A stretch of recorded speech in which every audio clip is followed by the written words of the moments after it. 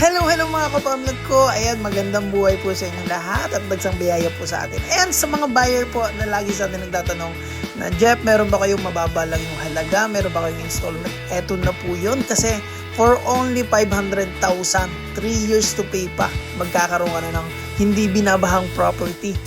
Overlooking po na farm lot na may sukat na 1,050 square meter. Huwag po kayong magpahuli dahil may isang buyer po nag-message agad sa akin dito, nakachat natin. Nakukuha agad na 4 na loteng magkakatabi.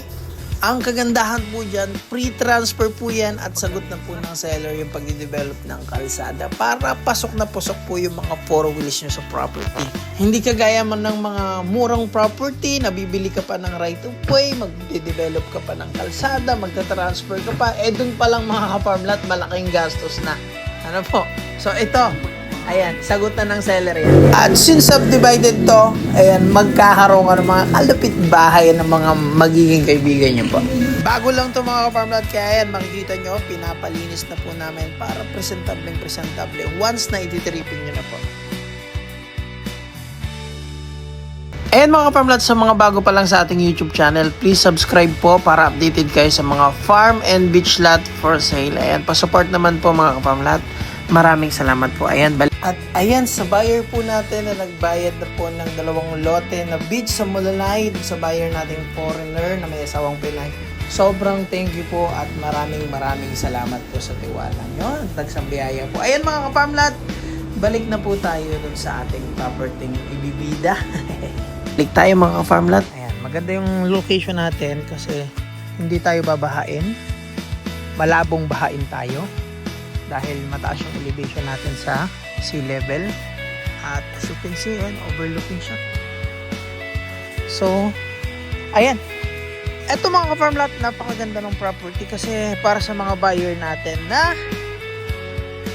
hindi pa ganun kalaki yung budget para maka-avail ng mga farm. So, ito po mga ka-farm lot ay mini farm lot. So, 1,000 square meter ang bawat sukat. So, pag 1,000 square meter pababa mga farm lot, residential siya. Since farm lot ito, dinagdagan po ng seller ang kada 1,000 para maging farm lot po siya, para maliit lang yung bayaran na buwis po ng mga makakabili dito, yung yearly tax po. Ayan. So, kagandahan, ang idinagdag malaki po, 50 square meter. Kaya yung kada lote po dito ay 1,050 square meter. So, ito po, tatabasan yan hanggang dun. Pero makikita nyo po pag natabasan yan, maganda po kasi overlooking po yan. Then ito po mga ka-farm lot, marami po siyang tanim na nyog. Ayan, mga maliliit pa. Ayan, makikita nyo. Ayan, maliliit pa. So yung 2 lote po ito yung unang 2 hektarya, yung sunod na 2 hektarya, yun po yung may malalaki na nyog sa unahan. Ayan mga ka-farm lot.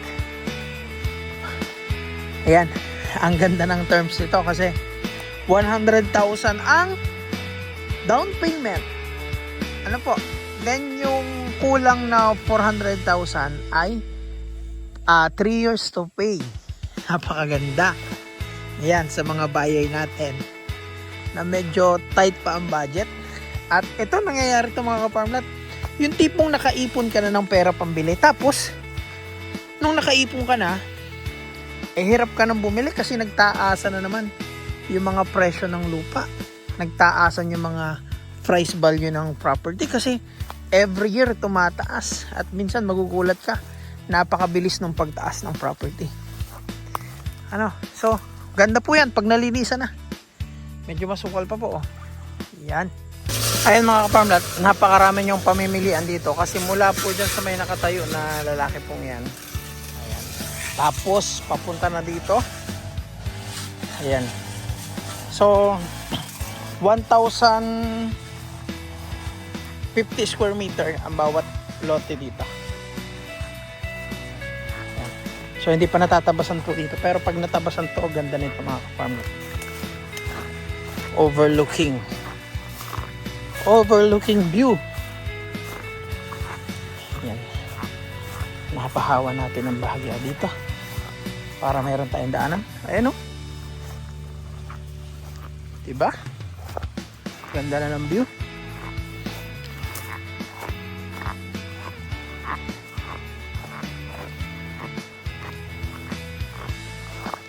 Mahaba pa to.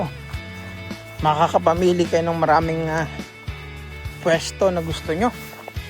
Tsaka imagine mga ka-farm lot, 3 years to pay. Saan ka pa? Napakagandang deal nito.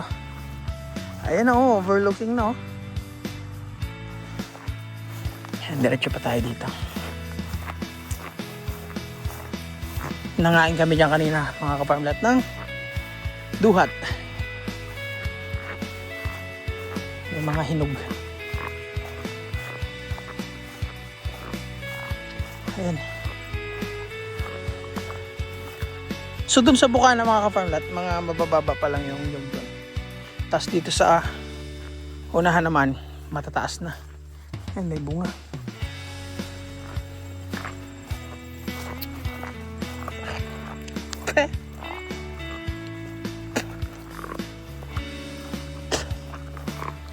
May nakain tayong antik. Ayan. Yan, lahat po yan lilinisan mga ka-farm lot.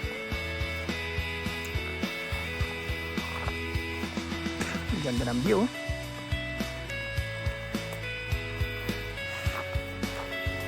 Papunta na tayo sa Nyugan.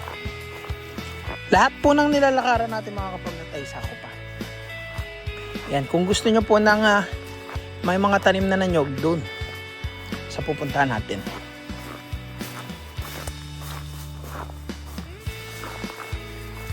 Lapit na tayo sa Nyugan.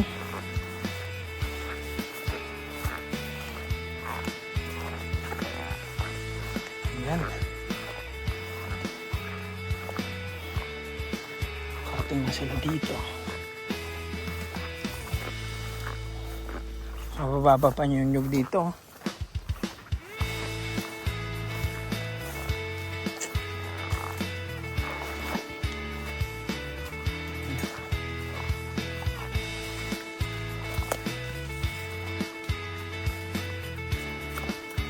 Hello mga farm lads, so ito yung palabas ng National Highway, yung Road Manila Bicol. Siguro mga sa base sa Google Map, mga 12 minutes drive mula dito.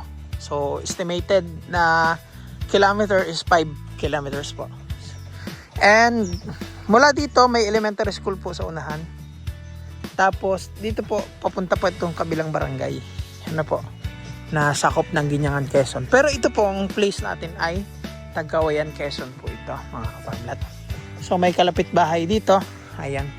So yung lote mga ka-farm lot na subdivided na tigwa 1,000 square meter. Yan pong tinatabasan na yan. So mula dito mga 50 meters po, yun na yung start ng lote na subdivided. So ito po yung loteng binili na right of way. Papunta po dyan. So bayad po ito, wala tayong problema sa daan, binayaran yung right of way. Nasa 200 meters, 200 square meter yung binayaran. So yun, nagtatabas na po sila. So yan, dito ang daan ng magiging kalsada nito. Ayan, mga ka-farm lot. Yan.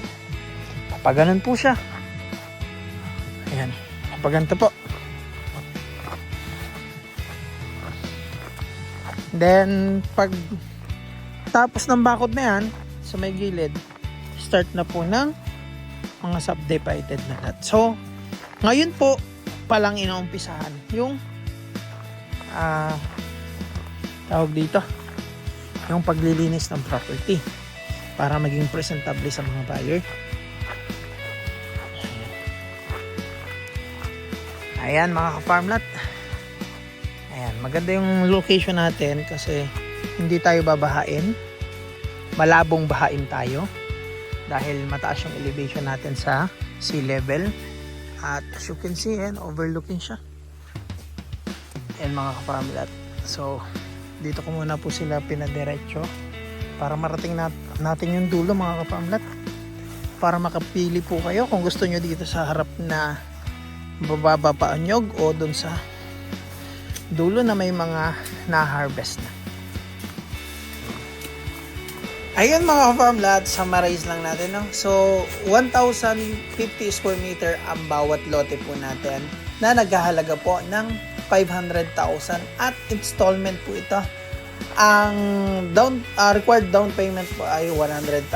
Then yung succeeding na balance niya po ay divided by 3 years. So every month po na lang yung hulog nyo dun sa balanse na kulang. At ang property po is matatagpuan sa Tagkawayan, Quezon, sa barangay Santo Niño. Ayan, dun po sa mismong barangay may elementary school and may high school po.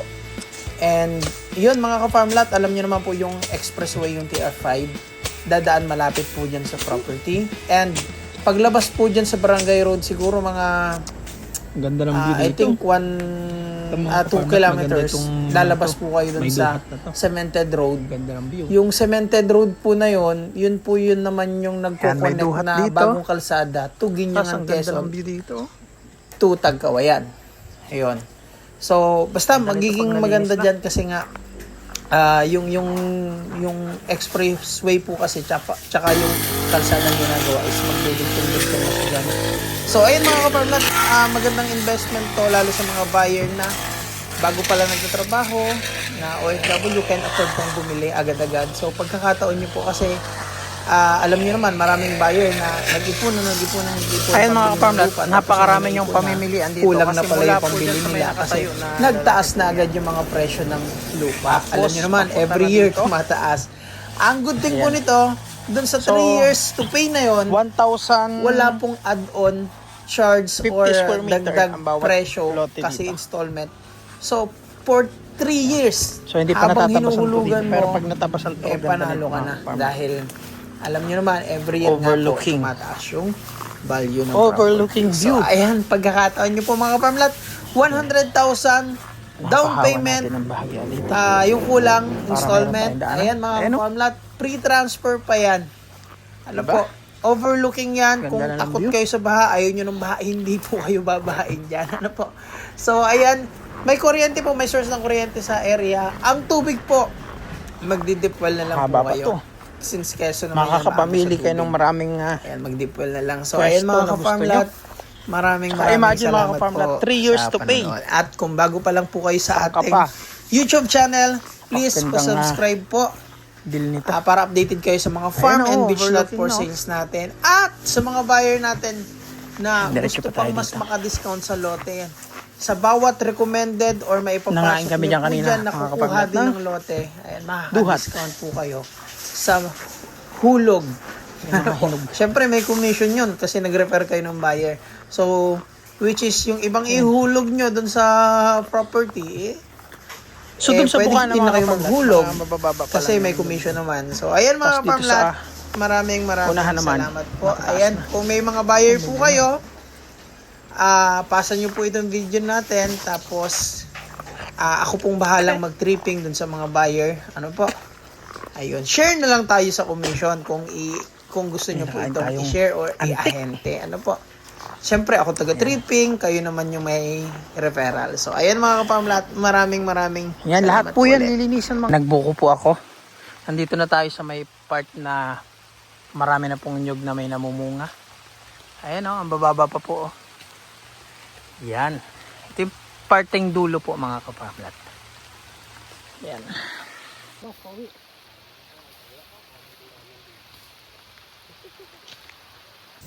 Ayan, nandito po tayo ngayon sa Tagkawayan, Quezon.